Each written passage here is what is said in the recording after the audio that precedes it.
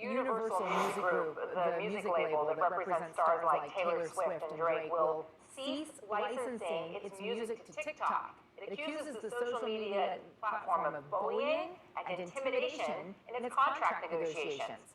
The previous music licensing agreement between UMG and TikTok's parent company, ByteDance, expired yesterday.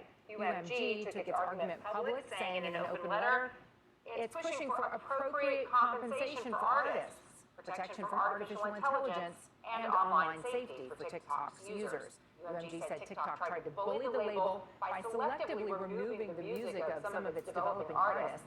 TikTok responded, accusing the label of putting greed above the interests of their artists and songwriters, called UMG's characterization of the negotiations a false narrative.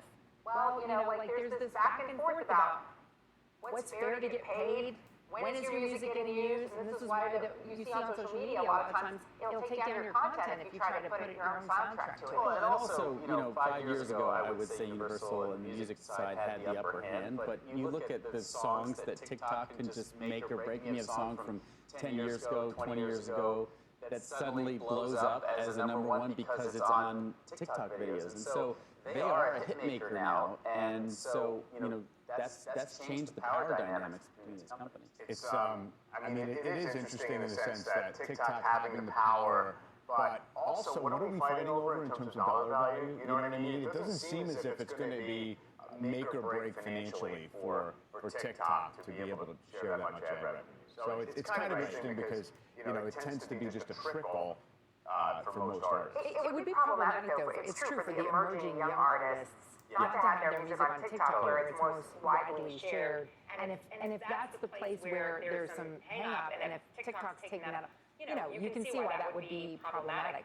Ask Rick Astley the power of social media. Yeah, sure, yeah. When the 10-year-old twins start to rickroll their mom.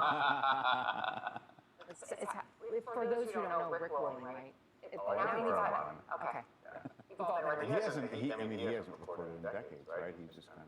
How amazing is that to come back and have that kind of reemergence? But thanks, social media. Yeah. A lot of music off their app. Universal Music Group, the music label, and TikTok could not come to an agreement on revenue splits for music. And this wouldn't be a big deal if TikTok just didn't rely on music as much as they do. 60% of TikTok have music, so losing the largest record label is very bad for TikTok. Like Universal Music Group owns Taylor Swift music and Drake music and much more. With how popular Taylor Swift right now is especially, this is very not good for TikTok. Most of the stuff on TikTok that goes viral or just gets a lot of attention in general has UMG music. It's extremely common. This also raises a big question. What happened to all the TikToks that already exist with this music? Common sense says they just continue to exist. But companies are stupid. And I wouldn't be surprised if UMG demands removing all content with their music off TikTok. Whenever they end up doing this, is going to be an issue for TikTok. This was a huge reason people use the platform to begin with. And TikTok's copyrighted music make most of the content on there. What do you think? Let me know in the comments down below. Like, subscribe, keep following for ad spend. One of the other guys that want my content. Have a good one.